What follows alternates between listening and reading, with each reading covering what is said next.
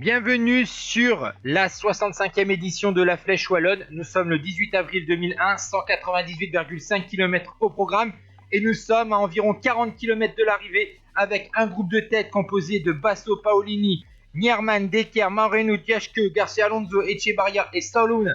Vous voyez ce groupe à l'avant de la course. Decker va réussir à revenir quelques kilomètres plus loin sur ce groupe de tête, tandis que le peloton était à plus de 2 minutes emmené par la Lotto, la Télécom et la Cofidis.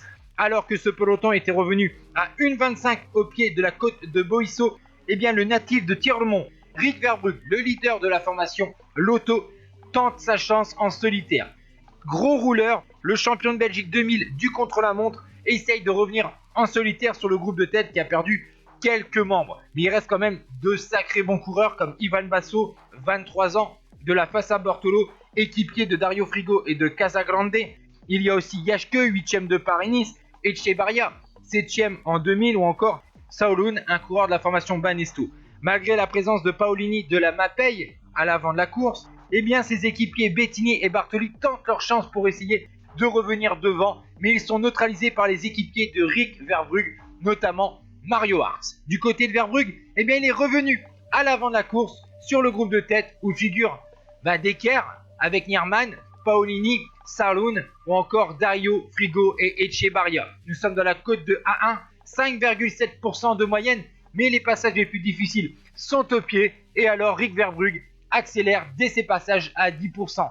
La sélection se fait surtout du côté de la Rabobank puisque Decker et Nierman sont distancés derrière. Vous voyez encore une attaque de Bartoli et encore une fois Mario Hartz, fidèle au poste qui suit les offensives pour protéger les dessins de son leader. Finalement, la poursuite s'organise au sein du peloton avec la formation Rabobank, puisque devant il n'y a plus de coureurs de la formation néerlandaise, mais aussi la Mapei, puisque devant il n'y a plus Paolini.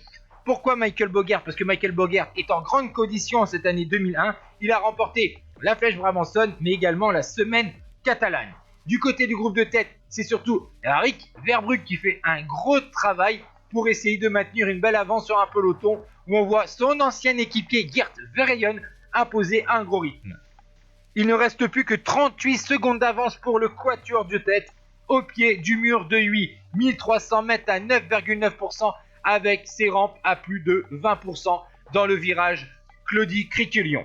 Et dès le pied, Rick Verbrugge, déchaîné, le Belge accélère. 26 ans, vainqueur du Critérium International, nous sommes à 500 mètres de la ligne. Derrière, au sein du peloton, les favoris continuent à se neutraliser. La victoire est à l'avant de la course et nous sommes dans les passages à 20% dans la chicane du mur de 8. Et là, Rick Verbrugge lâche définitivement Ivan Basso.